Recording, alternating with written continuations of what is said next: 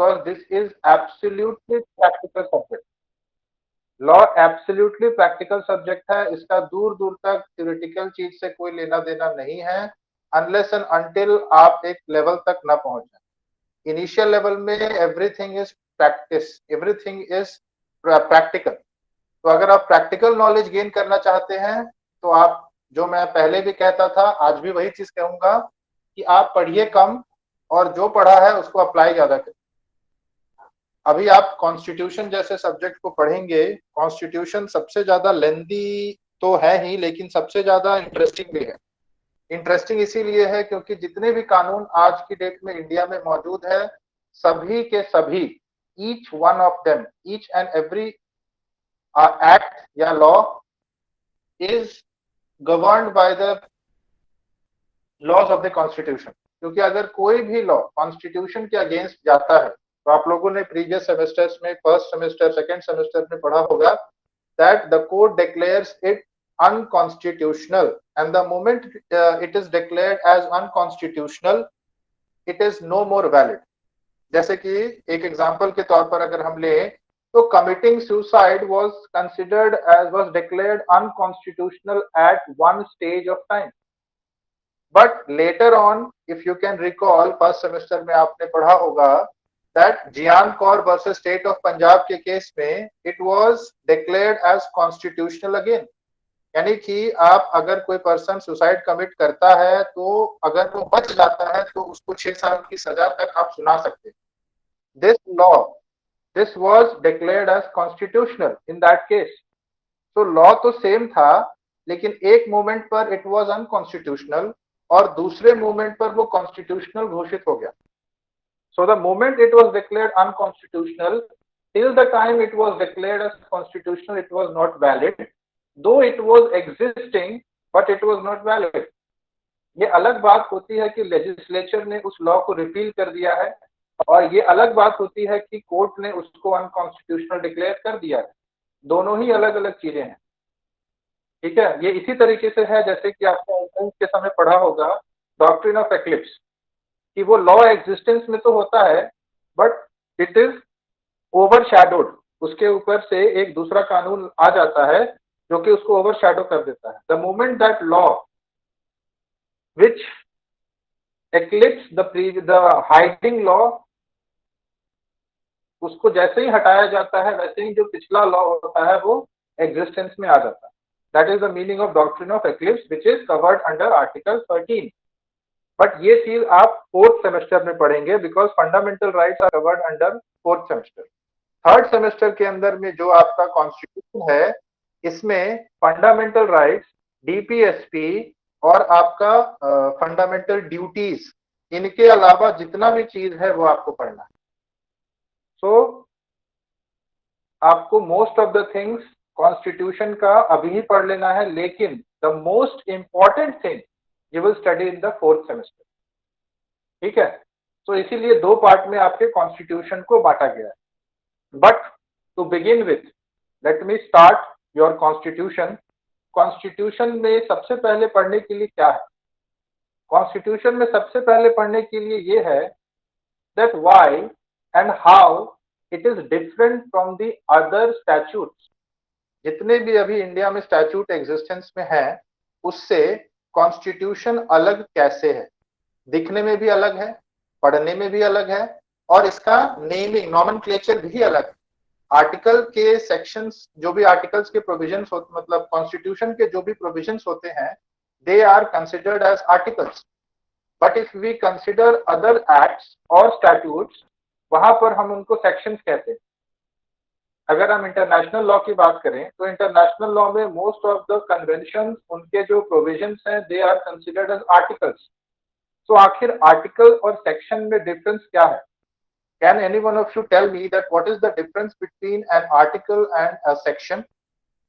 Anyone would like to try? ऐसा नहीं कह रहा हूं कि सही बताइए, बट इसीलिए आप लोगों में से किसी को भी अगर पता है ये चीज कि क्या डिफरेंस होता है आर्टिकल और सेक्शन में, तो प्लीज मुझे बताइए, ताकि उसी के according I can give a proper of it. Yes, please. Anyone would like to try? ये बात अभी तक आपको पता चल जाना चाहिए था, क्योंकि आपने इंटरनेशनल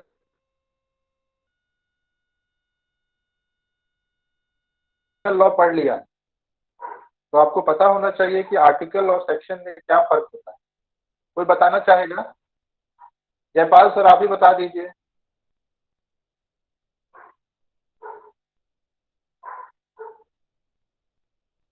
सर मुझे क्लियर नहीं है। जो भी क्लियर है वो बता दीजिए, जो भी आपके हिसाब से होना चाहिए वो भी आप बता सकते हैं। सर सेक्शन तो जो आपके ये कोड जो होते हैं क्रिमिनल सीपीसी वगैरह एंड सीआरपीसी है उनमें होता है, और बाकी जो आपका जैसे हम्म। आर्टिकल है सर वो आपका सर उसका नहीं आइडिया आ रहा मुझे दिमाग में।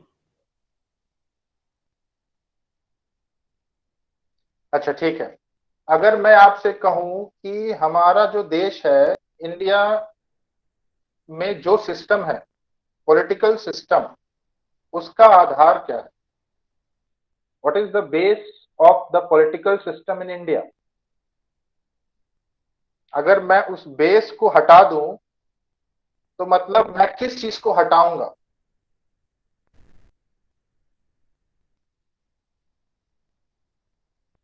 वैभव, आप बताना चाहेंगे?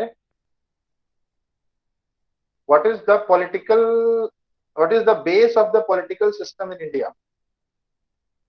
Constitution. Constitution is of course the base, but what does the constitution comprise, for which we say that constitution is the base of India, base of the political system, not India? What does it comprise of?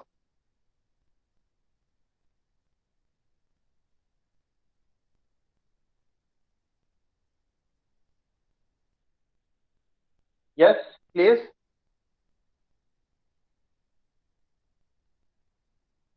नहीं नहीं नहीं, articles तो उनको नाम दिया गया है। मैं आपसे पूछ रहा हूं कि अगर आप कॉन्स्टिट्यूशन में से, yes democracy is a feature of constitution, but it is not the base of constitution. वो फीचर है कॉन्स्टिट्यूशन का, बट वो बेस नहीं है। अगर हम डेमोक्रेसी हटा देंगे तो इससे कॉन्स्टिट्यूशन वैसा का वैसा भले ना रहे, लेकिन कॉन्स्टिट्यूशन फिर भी रहेगा।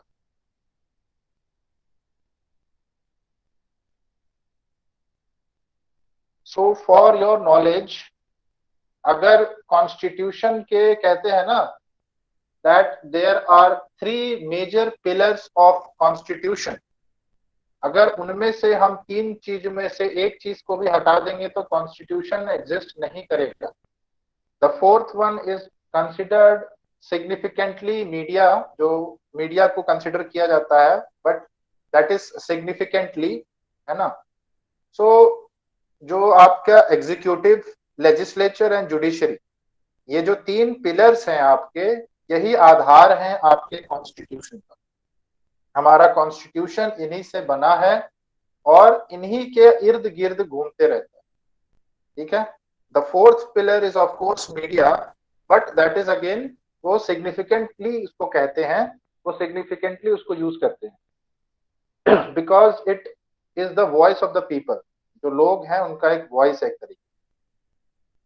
सो कॉन्स्टिट्यूशन के ये जो 3 पिलर्स हैं, ये आधार हो गए।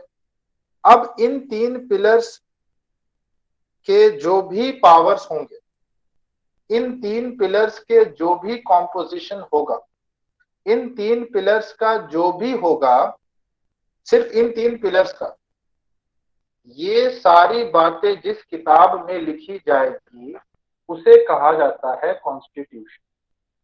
आप देखेंगे, यदि आप कॉन्स्टिट्यूशन को प्यार से पढ़ेंगे तो you will find that the constitution comprises of these 3 pillars, executive, legislature and judiciary, and these 3 pillars के पावर्स, फंक्शंस, कॉम्पोजिशन और उनसे रिलेटेड जो भी लॉ है वो इसमें दिए गए हैं, वो आपके कॉन्स्टिट्यूशन कॉन्स्टिट्यूट करते हैं।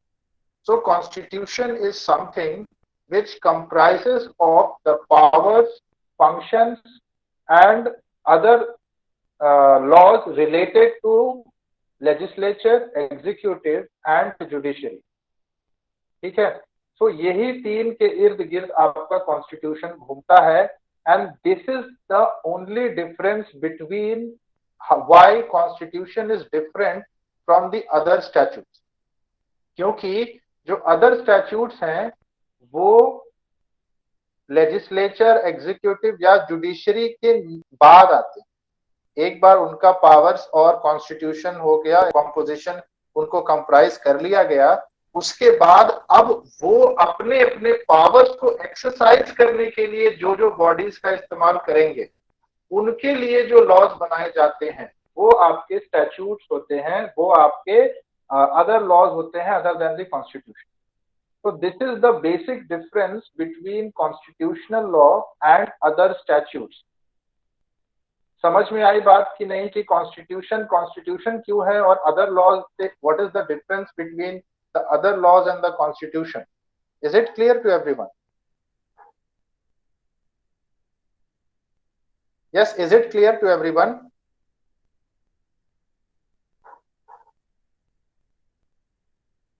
Please respond. आप रेस्पॉन्ड नहीं करिएगा तो मुझे नहीं समझ आएगा कि आपको समझ आया या नहीं आया।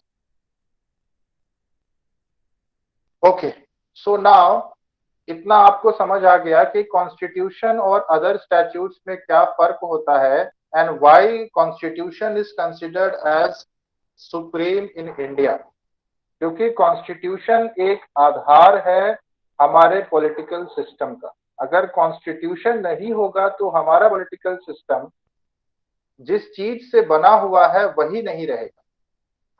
ठीक है, तो इसीलिए कॉन्स्टिट्यूशन इंडिया में, वैसे तो इंडिया में कॉन्स्टिट्यूशन को सुप्रीम माना गया है, ठीक है, क्योंकि कॉन्स्टिट्यूशन जो है उसी के हिसाब से जितने भी लेजिस्लेचर, एग्जीक्यूटिव चाहे जुडिशरी वो गवर्न होते हैं। Okay, but if we compare this constitution of India to the constitution of UK, तो वहां पर constitution is not supreme। हालांकि the constitution of UK is not written constitution, it is unwritten constitution, क्योंकि वहां पर एक किताब constitution के नाम से नहीं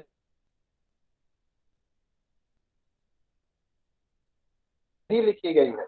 वहां पर अलग अलग एक्ट्स पास होते चले आए हैं बहुत पहले से, 200-300 साल पहले से, जब से उन लोगों का गवर्नमेंट सेटअप हुआ है, and that is the reason why वहां पर कॉन्स्टिट्यूशन रिटन फॉर्म में नहीं माना जाता है, अनरिटन फॉर्म में माना जाता है। अनरिटन का मतलब ये नहीं है कि उन्होंने लिखा नहीं है, वो मुंह जबानी सब कुछ याद करके उन्होंने ये ऑपरेट किया, ऐसा नहीं है।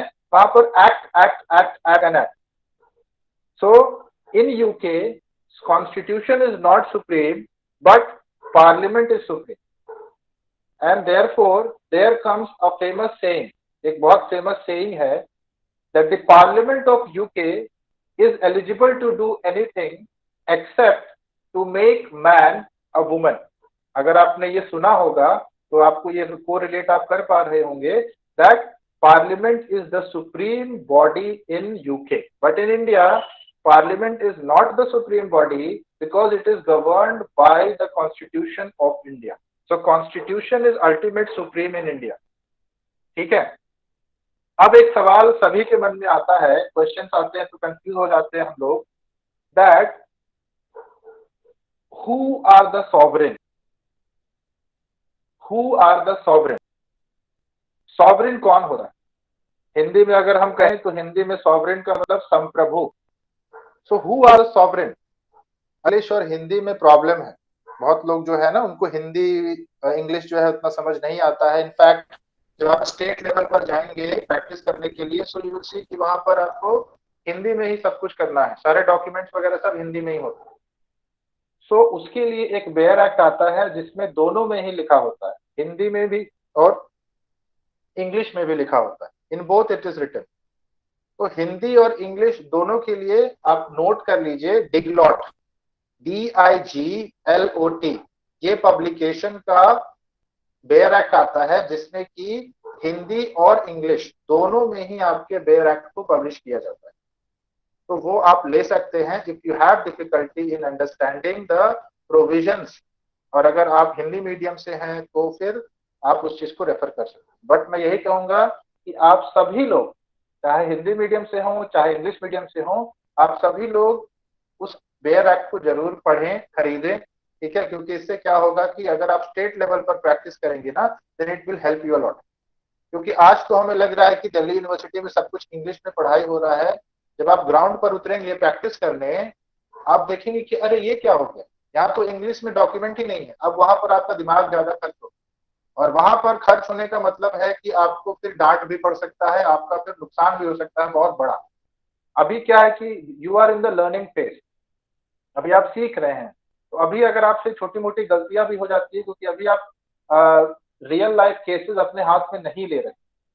लेकिन अगर रियल लाइफ के टाइम अगर आपको दिक्कत आएगी तो फिर वो आपका क्लाइंट फिर आपका क्या करेगा वो आपको भी नहीं पता है।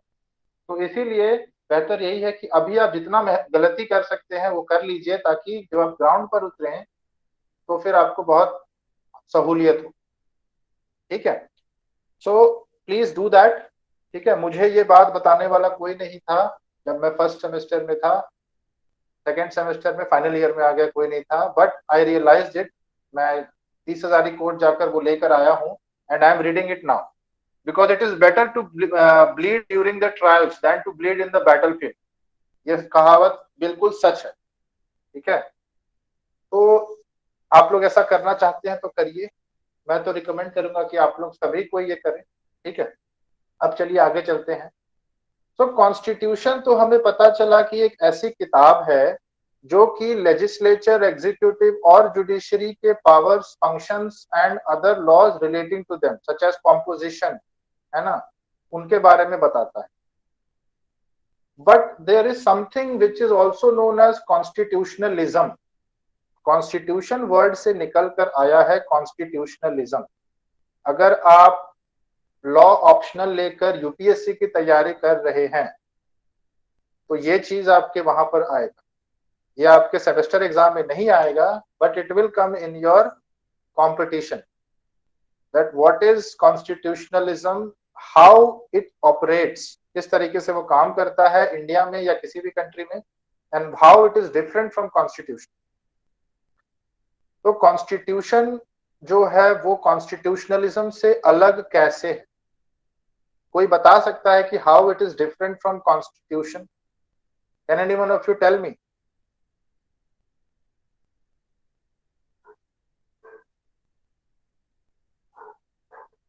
Can any one of you tell मी?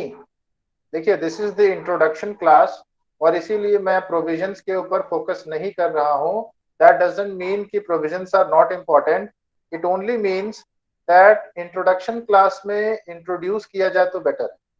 क्योंकि आप जब तक यही नहीं आपको पता होगा कि कॉन्स्टिट्यूशन है किस चिड़िया का नाम है, क्यों है, कैसे है, तब तक आप इसके प्रोविजंस पढ़कर आपको कोई बेनिफिट नहीं मिलेगा। And this is the thing which is lacking in our education system.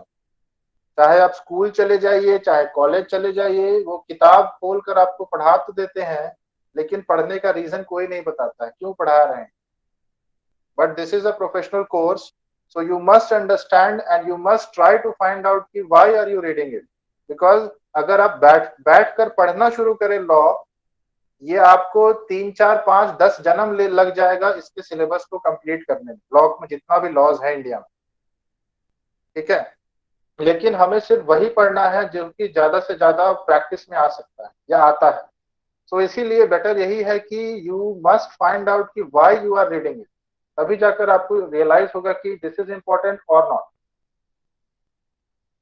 ठीक है। तो इसीलिए जरूरी है कि आप जो भी सब्जेक्ट्स पढ़ रहे हैं उसका प्रोस्पेक्ट्स क्या है आपके फ्यूचर के लिए, आपके करियर के लिए, ये आप आज पुख्ता करें, बाद में नहीं आता है। There is no afterwards, future जैसा कुछ नहीं है, जो है सो आज। अगर आपका आज अच्छा है तो आपका फ्यूचर खुद ब खुद अच्छा हो जाएगा। So what is the difference between constitution and constitutionalism?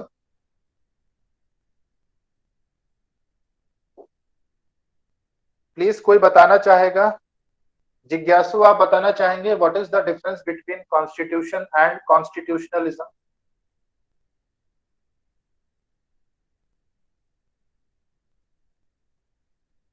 Try करिए, मैं ये नहीं कह रहा हूँ कि आप सही बताइए, यहाँ आपका जजमेंट नहीं हो रहा है कि आप एग्जाम दे रहे हैं, इंटरव्यू चल रहा है कि आप गलत बता देंगे तो लोग हंसेंगे।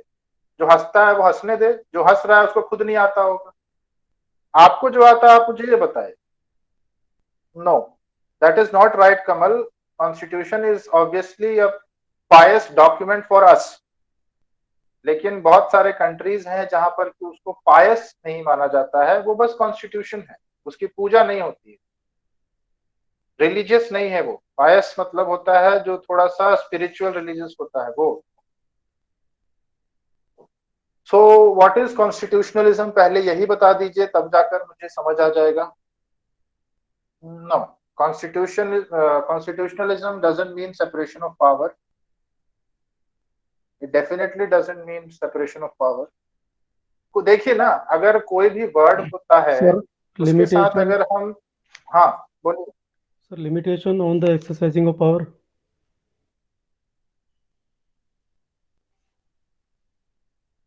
आपकी आवाज जो है कट रही है। सर मैं कह रहा हूँ limitation on exercising of power of the ruler. That is one aspect, yes that is one aspect. ये एक एस्पेक्ट है। क्या आप इस चीज को समझते हैं कि अगर मान लीजिए कि एक डिक्टेटर है, वो डिक्टेटर जैसे, अगर आप हिस्ट्री पढ़े होंगे तो आपको पता होगा कि there was someone who is known as Hitler. नहीं भी पढ़े होंगे फिर भी पता होगा, हिटलर नाम का एक डिक्टेटर हुआ करता था 20वीं सदी में, बहुत ही ज्यादा पावरफुल डिक्टेटर था जर्मनी का। ठीक है, उसी के जैसे और भी कंट्रीज के डिक्टेटर हुए, इटली के मुसोलिनी हुए, स्पेन का फ्रैंको हुआ, है ना। उसके बाद आपका और भी कंट्रीज हैं जिनके डिक्टेटर बहुत फेमस हुए हैं। और डिक्टेटर का मतलब होता है कि वन मैन आर्मी की तरह होता है, एक इंसान जिसकी वर्ड लॉ होती है। मतलब it is different from your monarchy, but one man decides the fate of the entire population. एक आदमी ने जो कह दिया वही कानून बन जाता है। यस, डेफिनेटली जागृति, that is right. So constitution में लिखा गया है कि गवर्नमेंट जो है उसके ऊपर एक लिमिटेड पावर है। ठीक बात है, कॉन्स्टिट्यूशन में लिखा गया है कि गवर्नमेंट के ऊपर एक लिमिटेड पावर है। अब उस लिमिटेड पावर को एक्सरसाइज करते हुए गवर्नमेंट जो है अपने फंक्शंस को परफॉर्म कर रही है। लेकिन अगर कल को हिटलर के जैसा कोई डिक्टेटर इंडिया पर रूल करने लग जाता है और वो कहता है कि ठीक है, कॉन्स्टिट्यूशन जो है वो वैसा ही रहेगा, लेकिन लेकिन अगर कहीं भी डिस्प्यूट होता है तो जो मैं कहूंगा वही होगा, अगर ऐसा वो कहता है। And he has military power, क्योंकि वो डिक्टेटर बन चुका है तो डेफिनेटली मिलिट्री पावर तो उसके पास होगा ही। ठीक है, so he has military power, therefore will there be constitutionalism, क्योंकि कॉन्स्टिट्यूशन तो अभी भी एग्जिस्ट कर रहा है ना। So will there be constitutionalism, क्या वहां पर कॉन्स्टिट्यूशनलिज्म पॉसिबल है? No sir. वाई? सर मतलब वहाँ पे why single it is dictator, not? Sir dictatorship में हाँ जी। एक्चुअली क्या होगा वहाँ पे, मतलब सिंगल पर्सन के हैंड में सारे पावर्स होंगे ना, वहाँ पे सेपरेशन ऑफ पावर नहीं हो पाएगा सर। यस यस, ये ठीक है। सिंगल पर्सन के हाथ में पावर आने का क्या मतलब? देखिए, वो क्या करेगा क्या नहीं करेगा इससे हमें मतलब नहीं। हो सकता है that he is a good one, he is a good dictator. Good dictator का मतलब है कि he thinks about the people, welfare of the people. But हमको इससे मतलब नहीं है। हमको यहाँ पर सिर्फ इस बात से मतलब है कि जो भी वो डिसीजन देगा वो अपने हिसाब से देगा ना। वो तो ऐसा डिसीजन नहीं होगा जो कि कोई तीसरा पर्सन प्रेडिक्ट कर पाए। तो that itself makes it arbitrary, वो इटसेल्फ उसको आर्बिट्ररी बना देता है।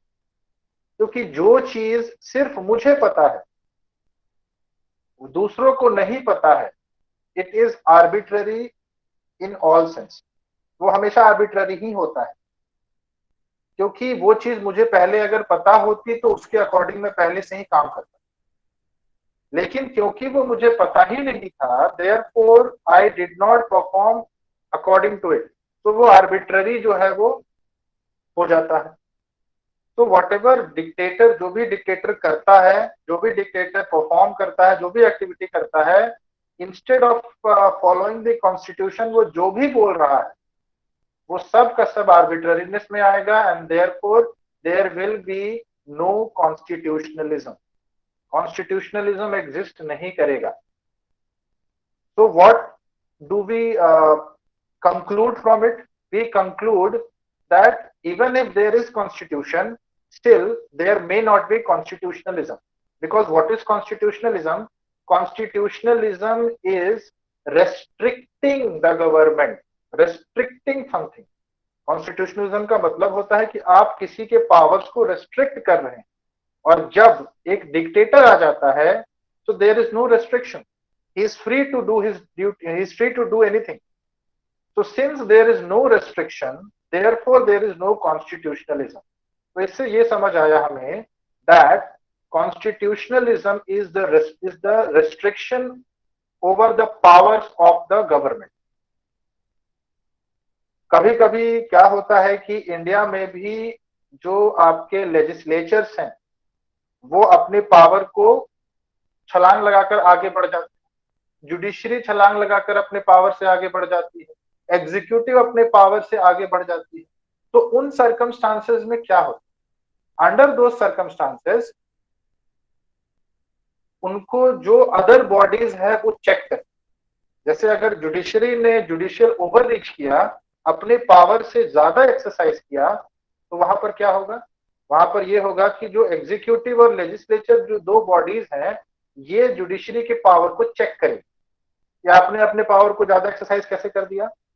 सो देयरफॉर वी सी दैट ये तीनों एक दूसरे के पावर्स को चेक करते रहे, and therefore separation of power is an essential feature of constitution, क्योंकि कॉन्स्टिट्यूशनलिज्म तभी रह पाएगा जब एक दूसरे के पावर्स को चेक करने के लिए कोई मौजूद रहे। अगर एक दूसरे के पावर्स को चेक करने के लिए कोई नहीं रहेगा तो कोई भी मनमानी करेगा, अपने हिसाब से काम करेगा, और वहां पर कॉन्स्टिट्यूशन तो रहेगा बट कॉन्स्टिट्यूशनलिज्म विल डाई, वो खत्म हो जाएगा। तो इसीलिए constitutionalism is more important than constitution itself. ठीक है, तो ये डिफरेंस होता है कॉन्स्टिट्यूशन और कॉन्स्टिट्यूशनलिज्म में। उसके बाद हम लोग देखेंगे दैट जो हमारा कॉन्स्टिट्यूशन है वो कैसे बना। अगर आप हिस्ट्री थोड़ा सा पढ़े होंगे तो आपको पता होगा कि इंडिपेंडेंस से पहले there was a body that was, अच्छा ये समझ आया ना आप लोगों को that what is constitutionalism and what is constitution and how it is different from each other? Is it clear? Yes, sir. Okay. So next we move on to that constitution। तो हमारा जब बन रहा था तो कैसे, कौन बना रहा था, आखिर जो लोग बना रहे थे वो कौन थे? तो उनका चयन हुआ था कॉन्स्टिट्यूएंट असेंबली बनाकर।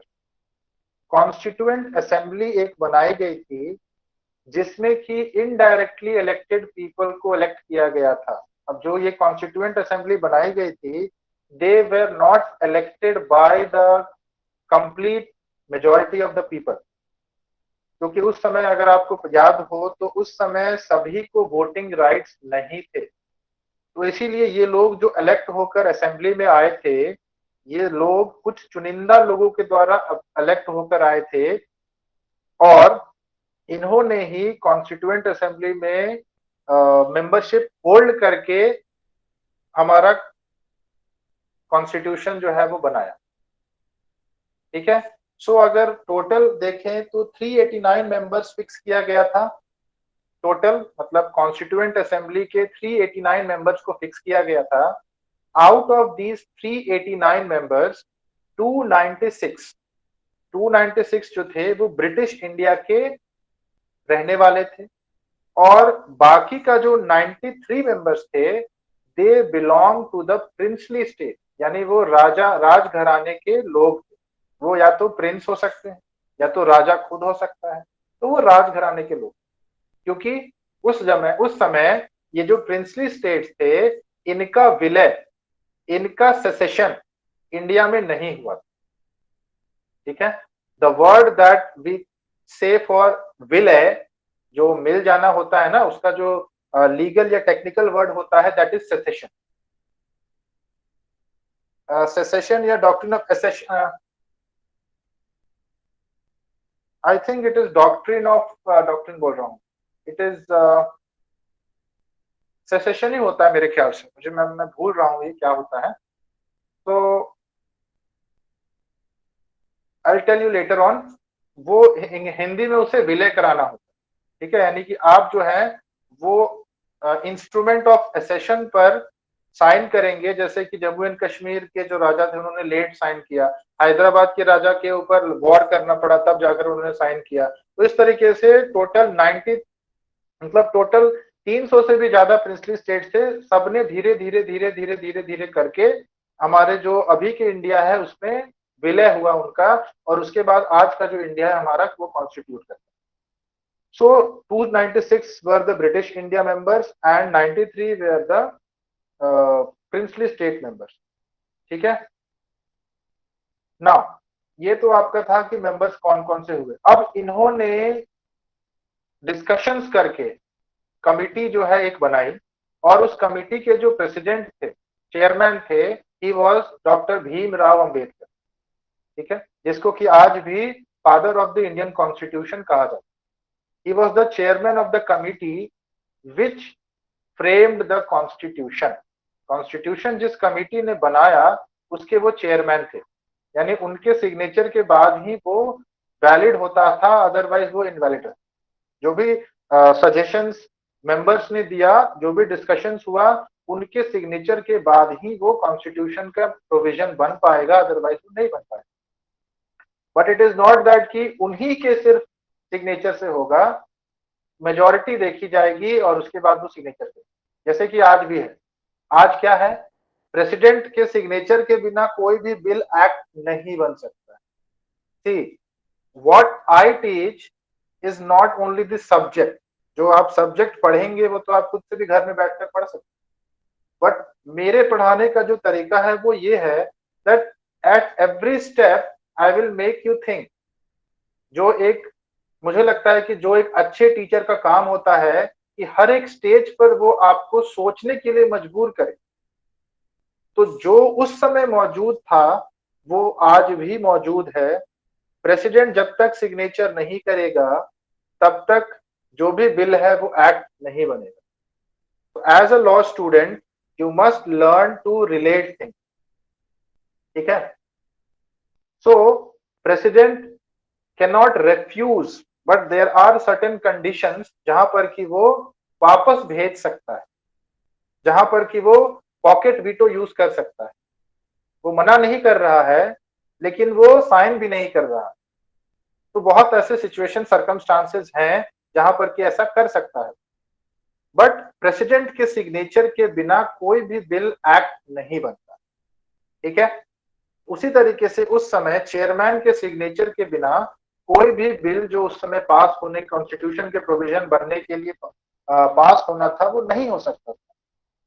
तो ये जो कमिटी बनाई गई थी इसमें टोटल 7 मेंबर्स थे। ठीक है, ये तो हिस्ट्री का पार्ट है। इसमें टोटल 7 मेंबर्स थे। B.R. अम्बेडकर थे, गोपाल स्वामी अयंगार थे, कृष्ण स्वामी अय्यार थे, KM मुंशी, बहुत ही दिग्गज लोग थे इसमें। ठीक है, तो ये सारे लोगों ने मिलकर कॉन्स्टिट्यूशन को बनाया। ठीक है, और इस कॉन्स्टिट्यूशन को बनाने का जब सिलसिला शुरू हुआ तो सबसे पहला जो स्पीच दिया गया था वो दिया गया था जवाहरलाल नेहरू के द्वारा, जिसको कि उन्होंने उस समय नाम दिया था ऑब्जेक्टिव रिजोल्यूशन। अगर आप यूपीएससी की तैयारी कर रहे होंगे then you must be aware about it that this objective resolution is in the present time considered as the preamble of the constitution. कि हमारा संविधान का जो हुलिया है, जो फेस है, वो कैसा दिखेगा बनने के बाद, उसके लिए उन्होंने ऑब्जेक्टिव बताया था। What is the objective of the constituent assembly, why are we sitting here, हम क्या बनाने के लिए बैठे हैं यहाँ पर, व्हाट इज द ऑब्जेक्टिव। उसी को फिर आगे चलकर नाम दे दिया गया प्रियम्बल ऑफ द कॉन्स्टिट्यूशन। और उस प्रियम्बल को पढ़ने के बाद हमें ये समझ आता है that what our constitution comprise about, हमारा कॉन्स्टिट्यूशन किन किन चीजों को कंप्राइज करता है, वो हमें पढ़कर, प्रियम्बल को पढ़कर समझ आता है। सो उस ऑब्जेक्टिव रिजोल्यूशन को आप, वेबसाइट है एक, जो भी आपके डिस्कशंस हुए थे ना उस समय, उन डिस्कशंस को अभी आपके पास समय है तो आपको पढ़ना चाहिए।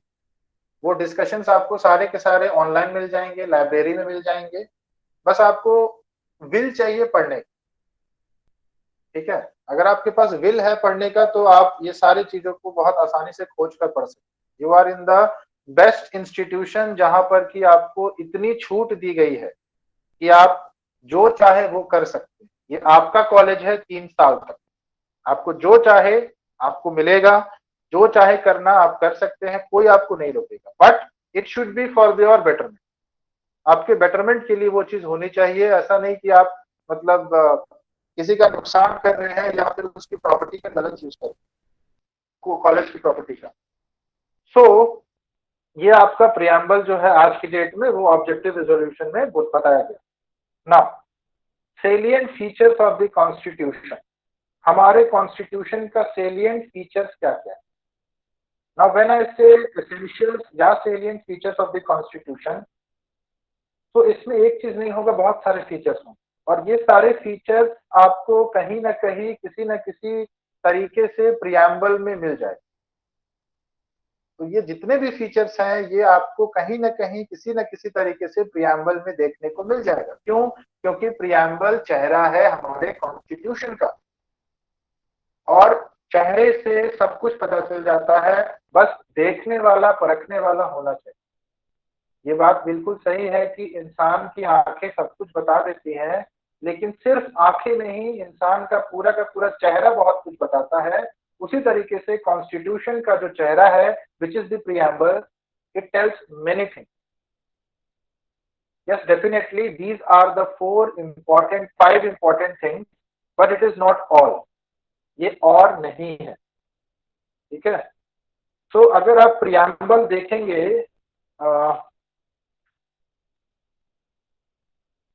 आप लोगों के पास बेयर एक्ट होगा, बेयर एक्ट होगा आप लोगों के पास।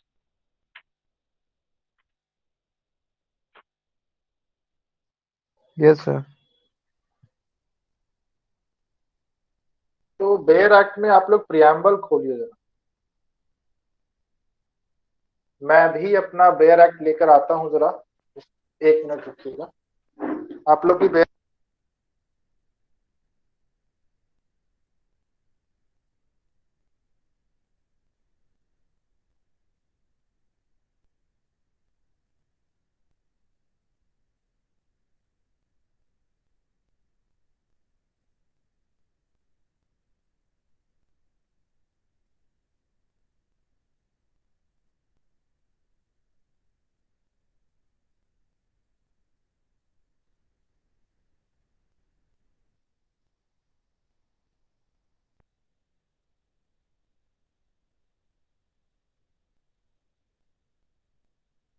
Okay. So here I am and bare act आप लोग खोल लीजिए।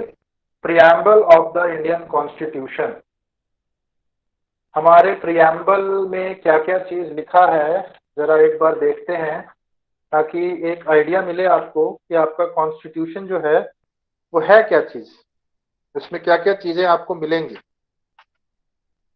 सो please open your first page, that is your preamble. Preamble क्या कहता है, प्रियम्बल से हम लोग स्टार्ट करेंगे।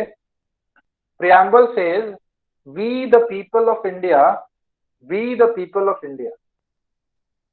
Now the first line itself is written in bold letters, है ना, कैपिटल लेटर्स में लिखा गया है।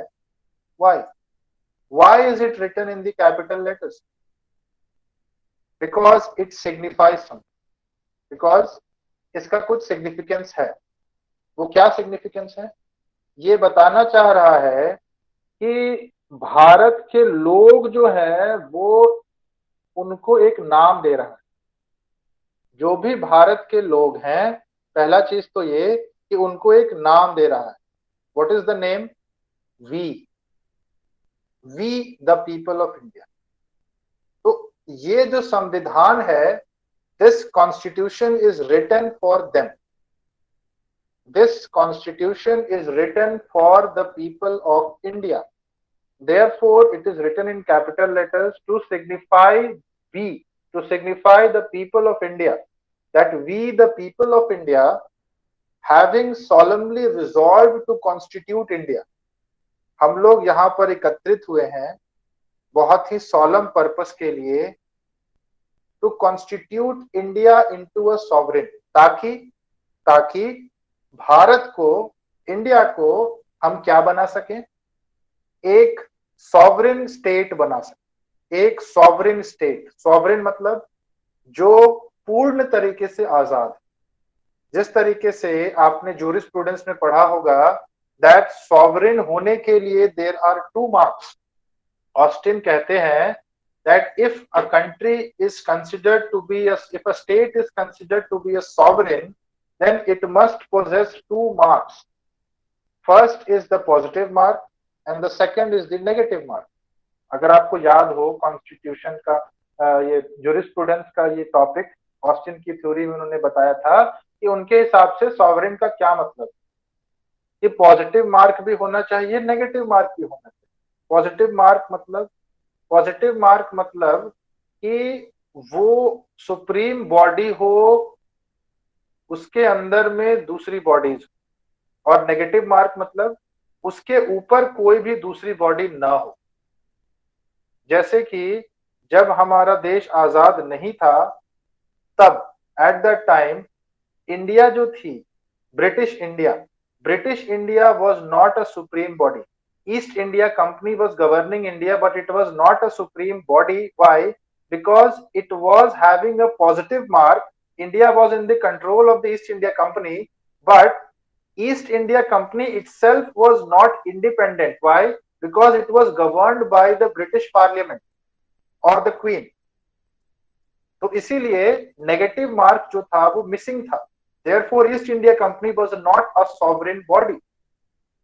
But अभी के कॉन्टेक्स्ट में अगर हम देखें इंडिया को, तो India is a sovereign body. But when we say India is a sovereign body, what does it mean?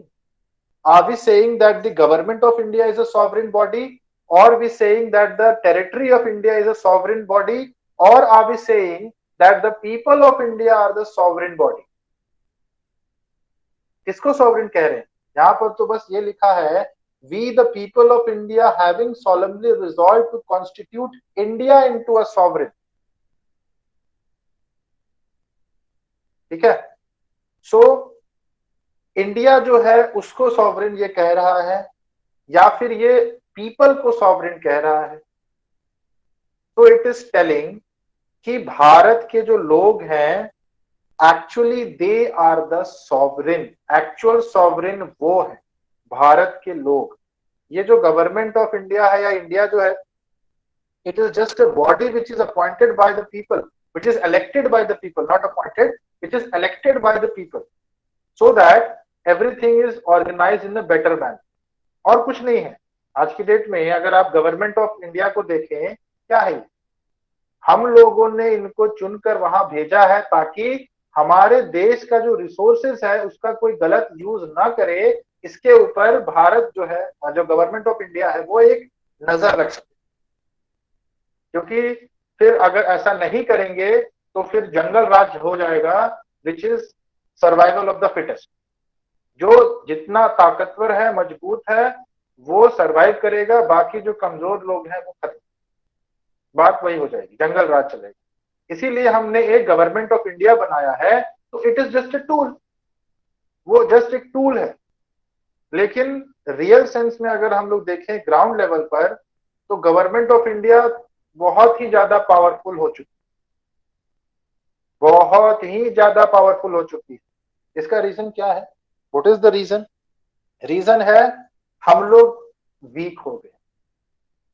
हमें फर्क नहीं पड़ता है कि गवर्नमेंट ऑफ इंडिया क्या कर रही है, जब तक कि हमारे साथ वो कुछ ना कर दे तब तक हम कुछ बोलते ही नहीं। तो जब तक हम कुछ बोलेंगे नहीं तब तक वो तानाशाही की तरह काम करेगी। जब हम बोलेंगे और उनके अगेंस्ट बोलेंगे, अगर एक आदमी बोला उसको रास्ते से हटा दिया जाएगा, अगर 100 करोड़ लोग एक साथ बोलेंगे तो फिर किसको हटाएंगे और किसको नहीं हटाएंगे। हम जानते हैं कि हमारी ही हम मतलब हमारे अंदर ही गलती है। एवरी पर्सन नोज कि कहीं ना कहीं हम भी कुछ गलत कर रहे हैं, जिसकी की वजह से वो लोग भी आवाज नहीं उठाते। This is the fact. जिसको बुरा लगे लगे, लेकिन this is the fact. Each one of अस, मैं यहाँ पर आप लोग को नहीं बोल रहा हूँ, each one of us knows कि कहीं ना कहीं हम लोगों ने भी कहीं ना कहीं कोई गलत काम किया है। अगर हम गवर्नमेंट के अगेंस्ट जाएंगे तो गवर्नमेंट उस चीज को पकड़कर हमें फंसा सकती है। इसीलिए हम गवर्नमेंट को कुछ नहीं बोलेंगे, जो दे कर रही है गवर्नमेंट बस करने दो, हमारा कुछ ज्यादा नुकसान ना हो, बस हमें ये देखना है। As law students, as an advocate, as a lawyer, what is our duty? Our duty is कि ये जो संविधान हमारे को लिख कर दिया गया है, मूवीज हम लाख देख लें, हम लाख किताब पढ़ लें, लेकिन वो जो गट फीलिंग होती है ना, बहुत बड़ी बड़ी बात कर ले कि कॉन्स्टिट्यूशन को बचाना है, कॉन्स्टिट्यूशन के लिए जीना है, मरना है, धरना दे दें। आप ही लोगों में से कितने लोग होंगे जो कि एक गलत आदमी का साथ देंगे? क्योंकि आपको पता है कि सही आदमी का साथ देने में आपको भी दिक्कत आ सकती है। अभी एक मूवी आई है ना, जय भीम। अभी एक मूवी आई होगी, आप लोगों ने अगर देखा होगा, सूर्या की मूवी आई है जय भीम। वो कहानी एक्चुअल कहानी है, that is the real story. आज की डेट में भी ऐसे लोग हैं जिनके साथ वो होता है। Yes, good and bad is definitely a perspective, but this perspective we should always keep on the good side. हमेशा गुड साइड में रखना चाहिए, बैड साइड में कभी नहीं रखना चाहिए। अब फिर आपका ये मन में आएगा कि बैड साइड जो है वो फिर दूसरे के लिए बैड होगा, मेरे लिए तो गुड है, तो फिर वो गुड ही होना चाहिए। ऐसा नहीं है। अगर आपके किए गए काम से, अगर आप महाभारत उठाकर पढ़ेंगे, Mahabharat is the best example for the sufferings of the people. आपके सामने तो पूरी एक कहानी रख दी गई है कि अगर आप कुछ गलत करेंगे तो समय का चक्र जो घूमेगा वो आपके लिए भी वैसे ही घूमेगा जैसे दूसरों लोगों के लिए। तो अगर आपने कुछ गलत किया है तो उसके हिसाब से you will be punished. We don't see it at that moment, but eventually we will see it, we will realize it. ऐसा क्यों होता है कि जब इंसान की मौत आती है तो उसे सब कुछ अच्छा करने का मन करता है कि मैं किसी का बुरा ना करूं, ओह माफी कर दो, माफी कर दो।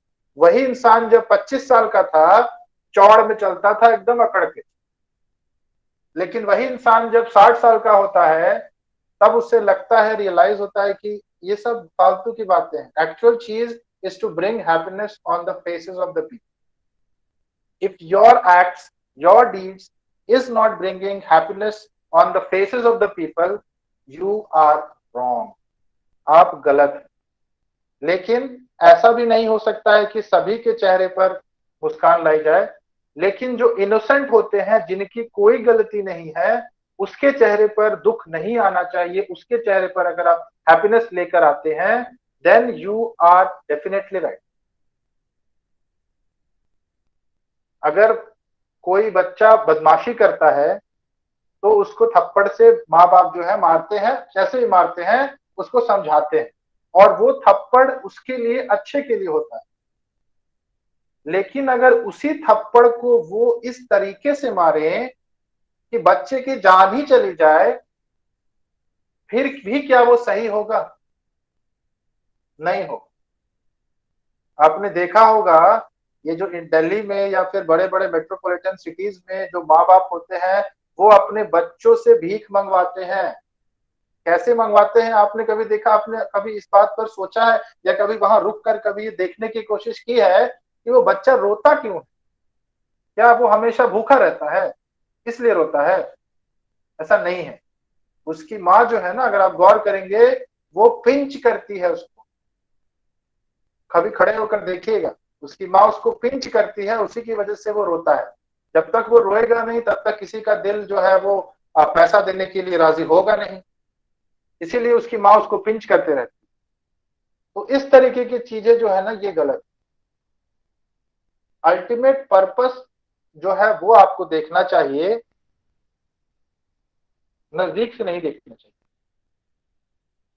Yes, not only in the east, India में भी बेच देते हैं। तो अल्टीमेट सार यही है अभी ये बताने का कि जो हमारा कॉन्स्टिट्यूशन है, इसे बचाने का जिम्मेदारी हमारा है। As a lawyer, as an advocate, as a law student, constitution को बचाने का जिम्मेदारी हमारा है। एंड सॉवरेन जो है वो भारत के लोग ही हैं। We the people of India are the sovereign. जो यहाँ के लोग हैं वो सॉवरेन है। Then second thing which says is socialist. Now this socialist is having different meanings in different countries. अलग अलग देश में अलग अलग मीनिंग है सोशलिज्म का। ओरिजिनल सोशलिज्म जो है वो स्टार्ट हुआ था रशिया से। जो नेहरू जी थे वो सोशलिज्म के बहुत बड़े फैन, ठीक है। तो अलग अलग विजन्स हैं, अलग अलग थ्योरीज है सोशलिज्म के ऊपर। कुछ लोग कहते हैं कि सोशलिज्म का मतलब है कि लोगों के लिए हम कितना ज्यादा काम कर सकते हैं। जैसे कि कार्ल मार्क्स ने कहा था, सोशलिज्म को कार्ल मार्क्स ने भी बताया है दैट जो वर्किंग क्लास है, उन वर्किंग क्लास के लोगों के लिए कुछ करना, उन लोगों को सपोर्ट करना ताकि वो भी ऊपर उठ सके, वो सोशलिज्म में आ जाता है। रशिया में सोशलिज्म का अलग ही मतलब निकल कर आया। इंडिया में जो हम सोशलिज्म फॉलो करते हैं वो अलग। इंडिया में हमारा जो सोशलिज्म है वो इस तरीके का है दैट जो भी लोग हैं उनके वेलफेयर के लिए जो गवर्नमेंट है वो काम करेगी, ठीक है। सो सोशलिज्म जो है इंडिया के हिसाब से is working for the welfare of the people, और उसके लिए जो भी गवर्नमेंट एक्शंस लेती है, काम करती है, वो सोशलिज्म होता है। But it may be different for different country, ठीक है। हमें इंडिया के रेस्पेक्ट में फिलहाल पढ़ना है। आगे चलकर अगर आपका इंटरेस्ट डेवलप होगा इसमें तो आप दूसरे कंट्रीज के भी सोशलिज्म के बारे में पढ़िएगा। फिर नेक्स्ट है सेक्युलर। अभी इंडिया जो है ऐसे मोड़ पर खड़ा है कि इंडिया को आज की डेट में अगर राज्यसभा में मेजोरिटी मिल जाएगी ना गवर्नमेंट को, तो इंडिया को वो हिंदू स्टेट घोषित कर देगा। इस मोड़ पर खड़ा है गवर्नमेंट। इंडिया जो है इस मोड़ पर खड़ा है। और ये सिर्फ वही नहीं, आप में से भी बहुत लोग जो है ना वो ऐसा ही समझते हैं कि हिंदू बड़े हैं मुस्लिम से, हिंदू देश है हमारा, यहाँ पर मुसलमान नहीं रहने चाहिए, और अगर रह भी रहे हैं तो उनको यहां से निकाल के भगा। क्यों भगा दे? ये तो खैर ऐसा मुद्दा है कि जो कि खत्म ही नहीं होगा। बट इसके लिए मैं आपको एक बात बताना चाहूंगा कि गवर्नमेंट जो है, ये सेक्युलर का मतलब ये है हमारे देश में कि गवर्नमेंट का कोई रिलीजन नहीं है। Government do not have any religion, ठीक है। French secularism is different. French secularism में क्या है कि वहां पर वो उनको कोई लॉ जो है ना वो बनाते हैं इस तरीके से कि एक पर्टिकुलर सेक्शन को, मतलब फ्रेंच सेक्युलरिज्म और इंडियन सेक्युलरिज्म में ये फर्क है दैट इंडियन सेक्युलरिज्म का मानना है कि हम किसी भी धर्म को नहीं मानेंगे, लेकिन साथ ही साथ ये भी कहता है कि हम सारे धर्मों की रिकॉग्निशन देंगे। We will recognize every religion. लेकिन फ्रेंच सेक्युलरिज्म कहता है कि ना तो हम किसी धर्म को मानेंगे और ना ही हम किसी धर्म को रिकॉग्नाइज करेंगे। मतलब फुल ऑन जीरो, हमारा कोई धर्म नहीं, ना हम किसी धर्म को पहचानते हैं, कुछ नहीं। हम किसी भी धर्म से रिलेटेड कुछ नहीं करेंगे। अगर किसी भी धर्म से रिलेटेड लोगों को कोई नुकसान हो रहा है, हो जाने दो, हमें कोई मतलब नहीं। और यही रीजन है कि अभी कुछ सालों पहले, हमेशा होते रहता है वैसे तो, वहां का एक मैगजीन है, मुझे मैगजीन का नाम याद नहीं आ रहा है, कुछ बहुत अटपटा सा नाम है उसका, वो वहां के जो लीडर्स हैं, बड़े बड़े लीडर्स हैं, उनका कार्टून बनाया करता है। और वो कार्टून जो है ना, वो इतना ज्यादा कंट्रोवर्शियल वाला बना देता है कि वहां पर राइट शुरू हो जाता है। तो वैसे सिचुएशन में फ्रेंच गवर्नमेंट कुछ नहीं करती, किसी का भी पक्ष नहीं लेती है, ना ही कुछ करती। तुमको जो करना है तुम करो, बस स्टेट के पब्लिक जो है, उनको, जो लोग हैं, उनको नुकसान नहीं पहुंचे, आपस में जो करना है। लेकिन हमारा जो इंडियन सेक्युलरिज्म है वो ये कहता है कि हम किसी भी धर्म को नहीं मानेंगे, साथ ही साथ सभी धर्मों का सम्मान करें। लेकिन आने वाले समय में अगर गवर्नमेंट मेजोरिटी में आ जाती है राज्यसभा में, तो ये मानकर चल लीजिए कि हिंदू स्टेट घोषित हो सकता है। क्योंकि जिस तरीके की रवैया है ना लोगों का, गवर्नमेंट का तो बाद में, लोगों का जिस तरीके का रवैया है ना, वो ऐसा ही लगता है कि मुसलमानों से इतनी घृणा करते हैं, इतनी घृणा करते हैं कि जैसे जितने मुसलमान हैं सभी ने उनका अनाज खा लिया, इतनी घृणा करते हैं। और ये रीजन सिर्फ यहीं तक नहीं है, गवर्नमेंट भी यही चीज फैलाती है कि मुसलमानों की वजह से हिंदुओं को नुकसान।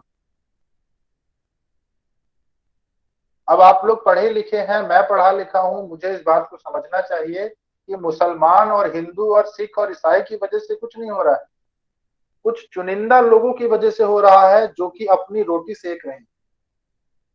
ठीक है,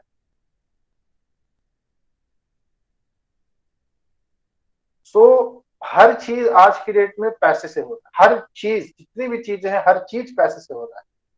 पैसा अगर देखा जाए ना तो एक पर्पस बन चुका है, पैसा जो है वो एक पर्पस बन चुका है। अब लोग उसी के लिए काम ही कर रहे हैं, दूसरा उनका कोई काम ही नहीं है। मतलब इस बात पर डिस्कशन करना बेकार है, मेरा तो यही कहना है, क्योंकि कोई इस बात को समझने को तैयार ही नहीं। अगला जो है डेमोक्रेटिक। डेमोक्रेटिक का मतलब होता है कि जो लोग हैं वो वोट डालेंगे और अपने अपने रिप्रेजेंटेटिव्स को इलेक्ट करके भेजेंगे गवर्नमेंट बनाने के लिए, और वो गवर्नमेंट जब बन जाएगी उसके बाद फिर वो लोगों के लिए, वेलफेयर के लिए काम करेगी। तो अल्टीमेटली डेमोक्रेसी का मतलब है कि मेजॉरिटी रूल। डेमोक्रेसी का मतलब है मेजॉरिटी रूल, मतलब कि जो मेजॉरिटी है, जो वो डिसाइड करेगी वही होगा हमारे देश में। और होता भी वही है कि जो गवर्नमेंट है वो क्या रिप्रेजेंट करती है, it represents the majority of the people. क्योंकि एक सीट पे लाखों लोगों का कॉन्स्टिट्यूएंसी का आता है, तो वो जो लोग हैं उनके रिप्रेजेंटेटिव जब आते हैं आपके पार्लियामेंट में, तो one man represents that entire population, and that entire population when it is represented by the majority of the people, then that whatever he say, whatever he does is the rule, is the law। जैसे कि आज की date में farm laws को repeal इतनी आसानी से क्यों हो गया, क्योंकि मेजोरिटी जो है वो एक पार्टी का है, इसीलिए वो आसानी से रिपील हो गया। तो डेमोक्रेसी का मतलब है मेजोरिटी पार्टी रूल। मेजोरिटी जो है वो जो कहेगी वही होगा। It is not only majority party rule, but it is the rule of the majority. Majority लोग जो चाहेंगे वही होगा। Then the last one is republic. Republic का मतलब है कि ब्रिटेन में क्या है, that there is a monarch, आज भी वहां पर किंग है। ठीक है, अब वो जो किंग है वो तो कोई अपॉइंट नहीं करता है, किंग तो जनरेशन से जो चला आ रहा है, उसका बेटा, उसके बाद उसका बेटा, उसके बाद उसका बेटा, वही बनेगा। तो वहां पर रिपब्लिक नहीं है। वाई? बिकॉज वहां पर जो हेड है स्टेट का, that head is the king, and king is not elected by the people. But here in India, we have chosen the republic because we want that the head of the country should be elected by the people, if not directly but indirectly. President जो है वो indirectly elect अगर हो रहा है, फिर भी वो लोगों के द्वारा ही इनडायरेक्टली इलेक्ट हो रहा है. It doesn't matter even if he is elected indirectly, it doesn't matter, but Republic का मतलब यही है कि he should be elected by the people, elected होना चाहिए. ठीक है, अब वो डायरेक्टली हो रहा है इनडायरेक्टली हो रहा है इससे मतलब नहीं है, वो इलेक्टेड होना चाहिए पीपल के द्वारा, ताकि जो पीपल है मतलब ताकि जो लोग हैं उन्हीं के सत्ता चले. कोई मोनार्क को हम क्यों पावर दें? हम चाहते तो यूके ऑलरेडी हम बहुत सारे लॉज जो है वो यूके का फॉलो कर रहे हैं, बट हम चाहते तो यूके के लॉज को एज इट इज फॉलो कर सकते थे और इंडिया में एक मोनार्क बैठा देते ऊपर, लेकिन हमने ऐसा नहीं किया. In fact doctor Bhimrao Ambedkar did not wanted it to be. Why? Because he knew कि अगर आज हम ऐसा करेंगे तो कल की डेट में वही मोनार्क शायद डिक्टेटर बन जाए, वो अपनी तानाशाही चलाने लगे, वो आर्बिट्ररी रूल्स जो है वो पास करने लगे. इसीलिए उन्होंने इंडिया को रिपब्लिक बनाया ताकि जो लोग हैं वही इलेक्ट करेंगे इनडायरेक्टली प्रेसिडेंट को. Now there is a reason why in India जो हमारा प्रेसिडेंट है वो इनडायरेक्टली इलेक्ट होता है. There is a reason for that. चाहते भीमराव अंबेडकर तो प्रेसिडेंट को भी डायरेक्टली इलेक्ट करवा सकते थे, but there is a reason for that. And what is that reason? The reason is कि जो प्रेसिडेंट है उसको अगर डायरेक्टली इलेक्ट करवाएंगे तो उसके ऊपर फिर जिम्मेदारियां भी उतनी ज्यादा हो जाएंगी और उसको उतने पावर्स भी देने पड़ेंगे. लेकिन इंडिया में प्रेसिडेंट को एज अ नॉमिनल हेड रखा गया है. मींस कि in India the president is only the face of the government. जो हमारा गवर्नमेंट है उसका फेस है. गवर्नमेंट जो भी करता है पार्लियामेंट में उसको एक नाम चाहिए, एक पहचान चाहिए दिखाने के लिए, और वो पहचान उसे कौन देता है? प्रेसिडेंट ऑफ इंडिया देता है. तो actual powers are not given to the president, therefore election of the president is done indirect. तो इसीलिए कोई ज्यादा भारी नुकसान नहीं होता है कि प्रेसिडेंट को इनडायरेक्टली हमने इलेक्ट कर दिया, क्योंकि उसको एक्चुअल पावर्स ही नहीं है. तो जब एक्चुअल पावर्स ही नहीं है then what is the need to do so much expenses पे उसको इतना खर्चा करके उसको इलेक्शन करवाएं और फिर उसको सेलेक्ट करें. जब इतना पावर्स उसको देना ही नहीं है तो इतना खर्चा क्यों करें? जो स्टेट लेवल पर जो इलेक्टेड मेंबर्स हैं गवर्नमेंट लोगों के द्वारा, उन्हीं के थ्रू इलेक्शन करवाते हैं, उन्हीं के थ्रू उसका इलेक्शन मतलब वोटिंग करवाएंगे, है ना. वो लोग जो है वो इलेक्ट हुए हैं तो इनडायरेक्टली इलेक्शन जो है वो प्रेसिडेंट का कर सकते हैं. So therefore these are the four basic principles or features or essentials of Indian Constitution, जो कि है sovereign, socialist, secular, democratic and republic. और ये पांचों चीजें जो है वो हमेशा से हमारे इंडियन कॉन्स्टिट्यूशन में थे, लेकिन 42nd अमेंडमेंट एक्ट 1976 में दो चीजों को ऐड किया गया था. वो दो चीज लिखे हुए नहीं थे पहले प्रियम्बल में. What were those two things? Socialist and secular. इन दो चीजों को ऐड किया गया था इंडियन कॉन्स्टिट्यूशन में इन 1976 by 42nd constitutional amendment, which is also known as mini constitution. So ये आपके पहले से कॉन्स्टिट्यूशनल प्रोविजंस में एम्बाइब थे, बट स्पेसिफिकली नाम के तौर पर इनको कहीं भी मेंशन नहीं किया. तो स्पेसिफिकली नाम के तौर पर इनको मेंशन 42nd कॉन्स्टिट्यूशनल अमेंडमेंट 1976 के टाइम पर ही किया गया. ठीक है. तो these are the 5 features essentials जो कि हमारे इंडियन कॉन्स्टिट्यूशन के हैं. इसके बाद हमारा जो प्रियम्बल है वो कहता है and to secure to all its citizens. अब यहां पर देखिए सिटीजन्स वर्ड का यूज किया गया। Why not people? इससे पहले तो पीपल था, इसके बाद सिटीजन्स हो गया। तो देखिए कोई भी कंट्री, कोई भी कॉन्स्टिट्यूशन अपने लोगों के लिए ही बनाया जाता है। कोई भी कॉन्स्टिट्यूशन वहां के लोगों के लिए ही बनाया जाता है। हो सकता है कि कुछ राइट्स बाहर वाले लोगों यानी एलियंस यानी फॉरेनर्स को भी दे दिया जाए, लेकिन basic thing, basic purpose of the constitution is for the citizens of the country. इसीलिए ये कहता है कि ये सारी चीजें अभी जो हम पढ़ेंगे, ये सारी चीजें सिटीजन्स के लिए है। ये सारी चीजें किसके लिए है? सिटीजन्स के लिए होंगी हमारे कॉन्स्टिट्यूशन में। कौन कौन सी चीजें? पहला, जस्टिस हम देंगे सिटीजन्स को। किस तरीके की justice? Social justice, economic justice and political justice. Social justice provide करेंगे, इकोनॉमिक जस्टिस प्रोवाइड करेंगे और पॉलिटिकल जस्टिस प्रोवाइड करेंगे। दूसरा चीज क्या सिक्योर करेंगे सिटीजन्स के लिए? लिबर्टी सिक्योर करेंगे कि वो लिबर्टी, वो आजादी से रह सके, वो लिबर्टी अपना एंजॉय कर सके। कौन कौन सी लिबर्टी भाई साहब? पहली है थॉट की लिबर्टी, कि वो जो चाहे वो सोच सके, उनके सोचने पर कोई पाबंदी ना हो, उस चीज को हम सिक्योर करेंगे। दूसरी चीज क्या है?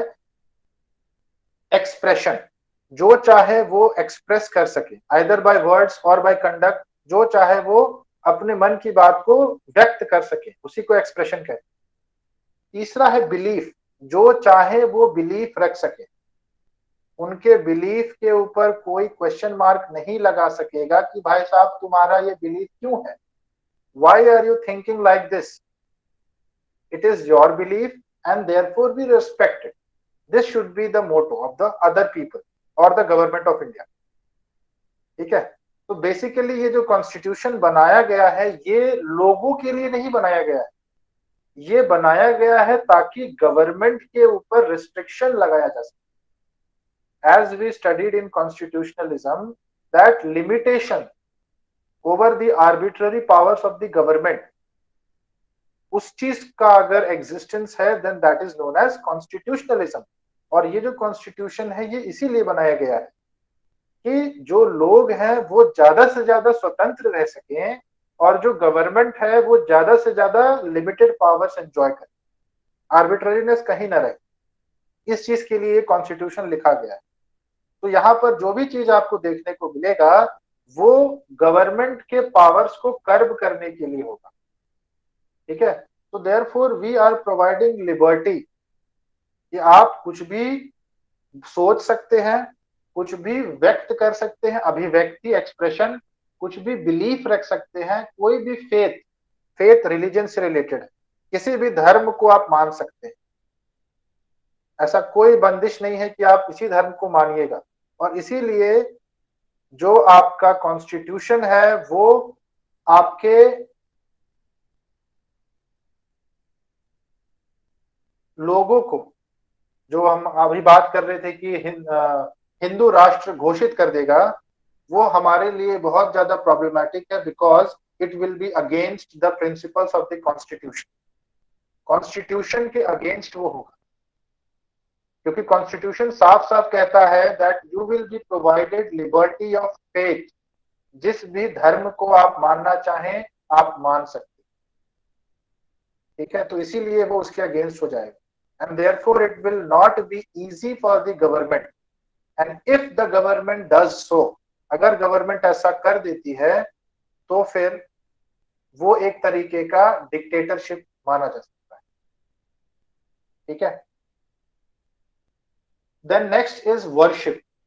आप जिस भी भगवान की पूजा करना चाहें, पत्थर की पूजा करना चाहें, जो भी पूजा करना चाहें आप कर सकते हैं। ठीक है, आप मूर्त की पूजा करना चाहे कर लीजिए, आप आग की पूजा, चाहे अलग अलग धर्म में अलग अलग चीजों को पूजा जाता है ना। किसी धर्म में आग को नहीं पूजा जाता है, किसी धर्म में पूजा जाता है, किसी धर्म में आइडल वर्शिप प्रोहिबिटेड है, किसी धर्म में बहुत अच्छे से आइडल वर्शिप किया जाता है। सो वर्शिप आप अपने हिसाब से कर सकते हैं, इसकी लिबर्टी है आप।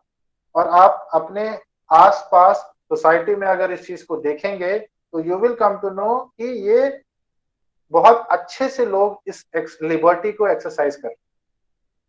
Then next what this constitution should secure equality. Equality यानी कि समता, है ना, समानता जिसको कहते हैं। तो समानता जो है वो ये कॉन्स्टिट्यूशन सिक्योर करेगा लोगों के लिए। किस किस चीज के लिए, किस किस चीज से रिलेटेड समानता? पहला समानता है स्टेटस से रिलेटेड, कि कोई भी ऊंचा नहीं है, कोई भी नीचा नहीं है, सभी के सभी बराबर है। अब जब मैं कहता हूं बराबर है तो फिर इसका मतलब ये नहीं है कि सारे जो मेल फीमेल सब बराबर हो जाते हैं। मेल अलग है, फीमेल अलग है। Each one of them has got a separate identity. अगर हम उस आइडेंटिटी को नकार देंगे then the very existence of such identity vanishes. तो वो आइडेंटिटी होना जरूरी है, इसीलिए हम उसको नकार नहीं सकते। तो वो उस तरीके की इक्वालिटी की हम बात नहीं कर रहे, हम बात कर रहे हैं इस तरीके की इक्वालिटी कि अगर मेल पर्सन को कोई काम करने दिया जाता है या मेल पर्सन को सोसाइटी में एक रिकॉग्निशन मिलता है तो वो सिर्फ उसी तक सीमित न रहे, वो फीमेल को भी एक सेम स्टेटस ऑटेन करने का मौका दिया जाए और उसको इक्वालिटी मिले कि वो भी मेल के जैसा ही एक स्टेटस ऑब्टेन कर सके। सो उस तरीके की स्टेटस की हम बात कर रहे हैं कि हम उस तरीके की स्टेटस की इक्वालिटी लेकर सिक्योर करना चाहते हैं। देन द सेकंड थिंग जिसकी इक्वालिटी की हम बात करेंगे दैट इज ऑफ अपॉर्चुनिटी। वही जो अभी हमने देखा उसी का दूसरा पार्ट कि इक्वालिटी ऑफ अपॉर्चुनिटी। तुम इस समाज से आते हो तो इसीलिए तुम्हें ये अपॉर्चुनिटी नहीं मिलेगी, तुम उस समाज से आते हो तो इसीलिए तुम्हें ये अपॉर्चुनिटी मिलेगी, तुम जो हो राजपूत परिवार से हो तो इसीलिए तुम इस तरीके से जी सकते हो, तुम जो है जो तुम मतलब किसी और लोअर कास्ट से हो तो इसीलिए तुम ये चीज नहीं कर सकते हो। इस तरीके की चीज को प्रोहिबिट कर दिया गया है हमारे कॉन्स्टिट्यूशन के द्वारा। और इतना ही नहीं, अपॉर्चुनिटी के ग्राउंड पर इक्वल ट्रीट किया गया है। जैसे for example government job, article 16 जो है वो ये कहता है कि राइट टू अपॉर्चुनिटी से रिलेटेड है, मतलब कि उसमें आपको गवर्नमेंट जॉब्स के लिए इक्वल ट्रीट किया जाएगा। ऐसा नहीं है कि आप किसी से ऊंचा आपको प्रेफरेंस दिया जाएगा, ऐसा नहीं।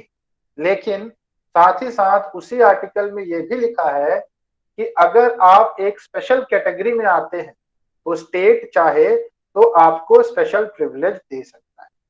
मींस इससे हमें क्या समझ आया कि यहां पर तो हम ये कह रहे हैं कि इक्वालिटी से हम अपॉर्चुनिटी देंगे, सिक्योर करेंगे, लेकिन there is a saying for the Indian constitution जो कि हमारे आर्टिकल 14 से निकल कर आता है, वो ये है कि like should be treated alike. यानी कि जो एक तरीके के लोग हैं उनको एक जैसा ट्रीट किया जाएगा, जो अलग कैटेगरी के लोग हैं उनको डेफिनेटली अलग ही ट्रीट किया जाएगा ना। तभी तो जाकर जितने भी लोग हैं हमारे समाज में वो एक सेम स्टेटस ऑब्टेन कर पाएंगे। क्योंकि जब रिसोर्सेस नहीं अवेलेबल होंगे लोअर तबके के लोगों के पास तो फिर उनको एक स्टेटस पर हम कैसे लेकर आ पाएंगे। अब आप खुद इस बात को सोचिए, keep it a food for thought, कि एक संपन्न परिवार जिसके पास अवेलेबिलिटी ऑफ रिसोर्सेज भरपूर है, उसके लिए किसी एग्जाम की तैयारी करना और एक ऐसा परिवार जो कि अभी कच्चे घर में रहता है उसके लिए एक एग्जाम की तैयारी करना, क्या दोनों के रास्ते बराबर होंगे? आप सब कुछ दे दीजिए, गवर्नमेंट जो है वो सब कुछ दे दे, पूरा किताब प्रोवाइड कर दे, स्कूल में एडमिशन करवा दे, फ्री ऑफ कॉस्ट स्कूल में पढ़ रहा है, ये सब कुछ कर दे गवर्नमेंट। क्या फिर भी दोनों के लिए रास्ता सेम होगा? नहीं होगा। इट इज नॉट पॉसिबल, क्योंकि जो संपन्न परिवार है वो आज जिस स्टेटस में है उस स्टेटस में रहकर उसको एक एग्जाम की तैयारी करना,